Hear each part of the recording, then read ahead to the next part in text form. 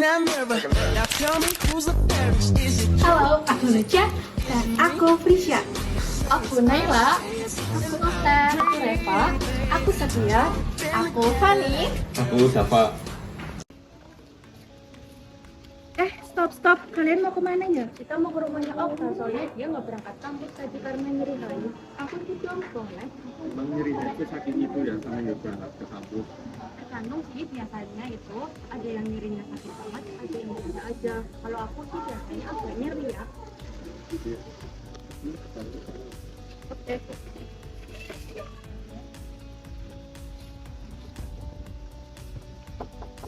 Assalamualaikum. Waalaikumsalam.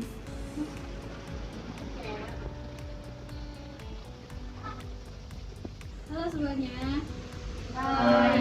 Izin memperkenalkan diri dulu ya. Perkenalkan, nama saya Nurul Fitri, biasa dipanggil Indonesia. Kalau enggak panggilnya Kak Nisa. Kalau Nisa, oke teman-teman semuanya, teman-teman aja teman-teman aja ya, biar akrab ya. Kita di sini mau melakukan penyuluhan tentang endometriosis, yaitu kayak nyeri kayak yang sakit. Ini ada faktor risikonya, gejalanya, pencegahannya, langkah-langkahnya sama ini. Karena otak kemarin kan endometriosis. Kemudian juga dari teman-temannya Okta pasti juga mengalami. Buat apalagi di sini ada cowoknya juga bisa pakai. Tapi sebelum itu, sebelum kita mulai, Kakak Fani mau tanya-tanya dulu nih sama kalian. Di sini semuanya udah pada aktif. Nah, biasanya kalian kalau misalkan itu ngapain? Kalau aku sih cuma aku sih menurut kalian nyeri kayak itu wajar nggak? Wajar. Kalau nyerinya yang sakit parah masih wajar. Merasa ini wajar ya. Di sini kita mau melakukan meditasi, artinya membaca. Karena sebenarnya nyeri head itu nggak semua itu wajar. Ada yang perlu kita ketahui kalau itu tuh berbahaya. Dan teman-teman di sini harus tahu bagaimana. Kita mulai ya edukasinya. What is endometriosis? Apa itu endometriosis? Ini teman-teman, endometriosis ini kan? Jadi teman-teman, endometriosis adalah kondisi ketika jaringan yang mirip dengan lapisan dalam rahim tumbuh di luar rahim. Normalnya jaringan itu hanya berada di dalam rahim. Namun pada endometriosis, jaringan tersebut dapat muncul di ovarium, tuba falopi atau area fundum. Jadi walaupun letaknya di luar rahim, jaringan ini tetap ikut bereaksi ketika menstruasi datang. Jaringan tersebut akan menebal dan berdarah seperti biasa, tetapi darah itu tidak bisa keluar dari tubuh. Kondisi ini dapat menyebabkan nyeri, peradangan, dan rasa tidak nyaman yang berkurang. Endometriosis ini bukan penyakit yang menular ya, dan tidak disebabkan oleh kurang menjaga kebersihan. Tapi dari kalian itu kan nyeri high blood itu kayak rasanya itu hal yang wajar ya tadi. Ini tuh enggak, apalagi kalau nyeri hati itu bisa sampai mengganggu aktivitas sehari-hari. Buat adik-adik nih, buat Okta, kalau misalnya nyeri high hari pertama apa sih, kan itu rasanya sakit banget kan, sampai harus istirahat dulu. Kalau yang lain nyeri high pertama biasanya gimana? Kalau aku nyeri gitu. Nah itu tuh perlu diwaspadai ya. Jika tidak ditangani sejak awal, endometriosis ini dapat berdampak pada aktivitas harian. Dan juga berita itu bisa menjadi mudah lelah, sulit berkonsentrasi, dan mengalami perubahan suasana hati.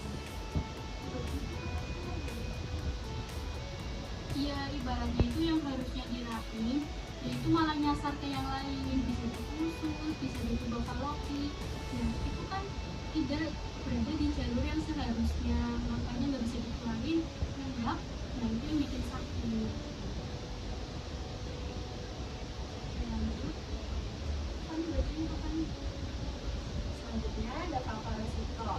Nah beberapa faktor dapat meningkatkan resiko endometriosis pada remaja, menstruasi pertama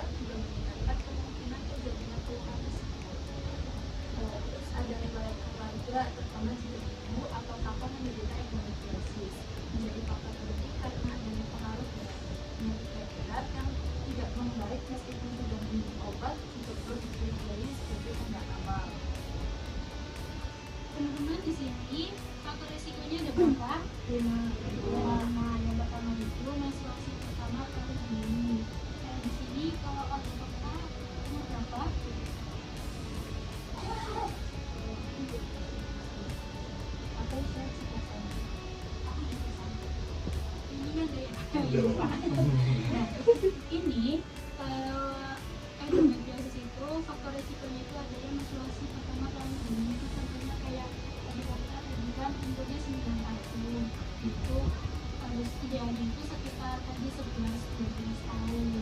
Kemudian nyeri head yang tidak membaik dengan obat, jadi ketika sudah diminum obat tapi nggak membaik itu perlu diwaspadai. Terus siklus menstruasinya pendek, ini misal tanggal 1 baru haid nih, nah nanti tanggal 22 nya malah haid lagi gitu. Sama tapi durasi menstruasinya pendek itu juga perlu dicurigai. Misal kalian idealnya 7 hari ya, tapi misal ada faktor itu 15 hari baru selesai gitu. Lalu kita ke kandungan gejalanya.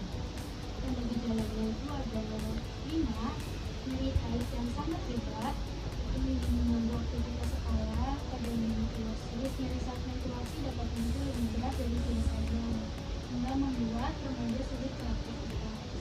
Kemudian nyeri panggul terus menerus bukan hanya saat haid, terus juga nyeri saat terapi atau saat berolahraga tertentu, dan perut kembung kronis atau mengalami endemi. Pada sebagian remaja dapat timbul rasa kembung berat yang terjadi berulang kali, biasanya menjelang atau saat menstruasi. Terus yang ini juga menstruasi sangat banyak atau tidak teratur. Jadi kalau misalnya mengalami tanda-tanda gejala ini harus lebih waspada ya. Ini sih, maaf ya, aku telat tadi dari kasih karena kamu bisa berubah dong.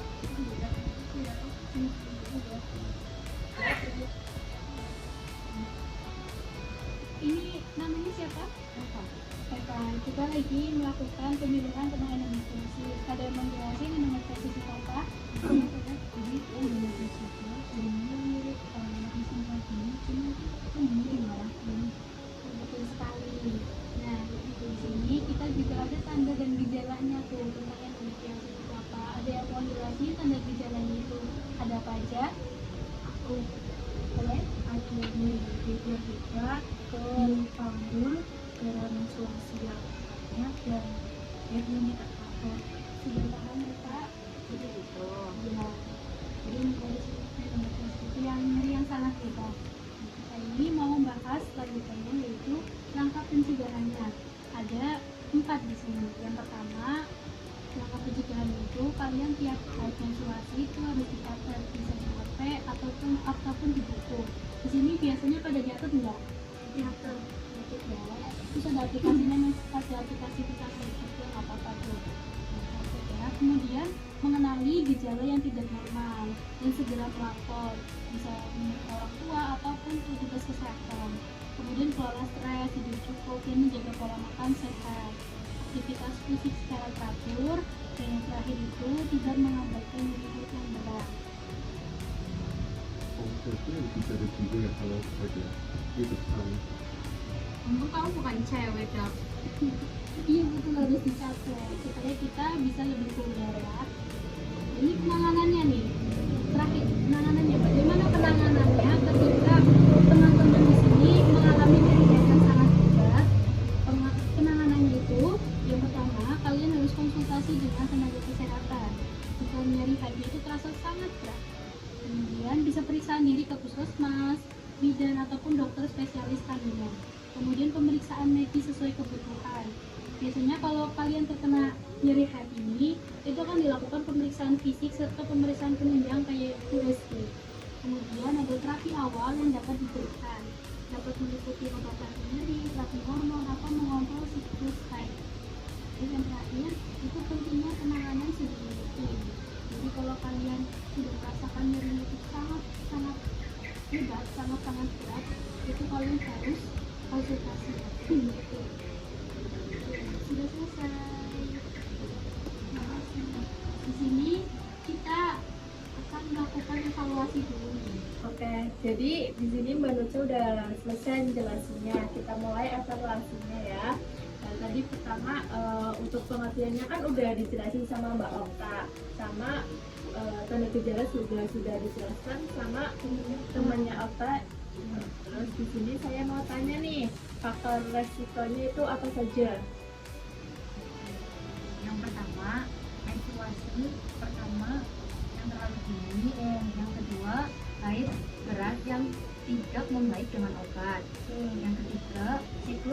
menstruasi pendek, kurang lebih 27 hari. Terus yang keempat, durasi menstruasi panjang, lebih dari 7 hari. Tepuk tangan dong. Ada yang suka. Iya. Selanjutnya untuk penanganannya nih apa aja tadi? Ya, yang cowok tuh masih ingat nggak penanganannya apa? Nah, seperti ya jadi mencatat pola menstruasi di kalender, terus mengenali gejala yang tidak normal, terus mengelola stres yang cukup, mengelola stres, terus makan makanan yang sehat dan aktivitas fisik yang teratur untuk mengurangi stres. Nah, sebelum kita pamitan, kita juga sudah membuat yang namanya booklet ya Kak, sama leaflet. Booklet ini isinya tentang endometriosis, faktor risiko, pokoknya tentang endometriosis yang lengkap itu ada di sini. Nah, yang singkatnya itu ada di leaflet ini. Buat Oka dan teman-temannya kalau mau baca boleh. Sekian dari